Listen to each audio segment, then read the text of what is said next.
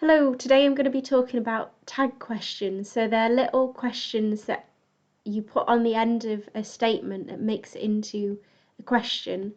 And a really good example that I think to explain this, it's going to be a nurse coming towards a new patient. So they might go, "You're Mr. Smith, aren't you?" So it's like confirming that person is who they think they are. So quite often when a nurse has a new patient, she has to confirm, or he has to confirm all the patient details. So they'll go, "You live at address, don't you?" And it's a way of eliciting a response without having a completely open question, because this patient might have said their name, their address, what's wrong with them, loads and loads of times over, and it might be on the sheet of paper that the nurse has got, but she needs to check, or he needs to check that it's correct. It can be kind of a bit annoying, I think, to use too many of these questions, because it's like, well, at the end of it, you might think, well, don't you know? Haven't you got that on that piece of paper? So oftentimes the healthcare worker will go, and I just need to check, and that gives them kind of the permission to use these tag questions to quickly go through the form. So it's a way of getting confirmation to a statement.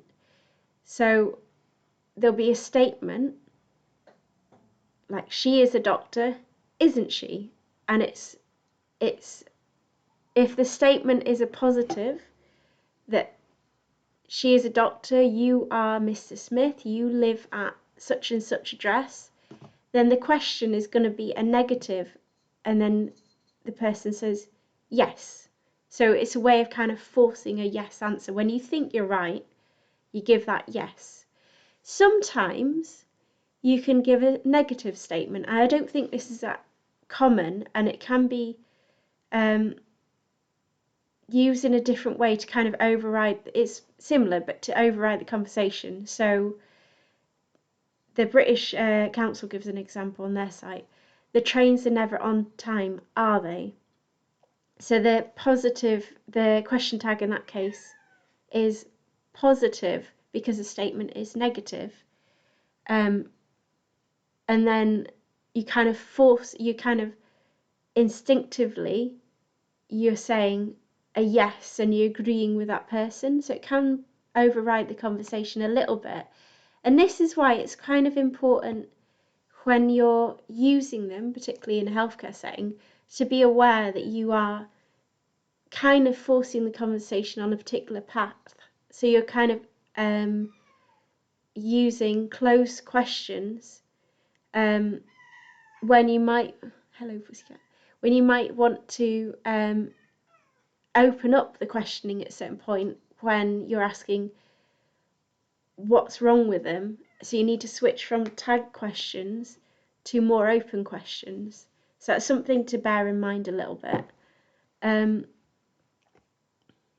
Yeah, and another use for them in a healthcare setting is when someone is, or social work setting, is when someone's telling you a story, and to show you're listening to that story, you will answer questions back. So you might give a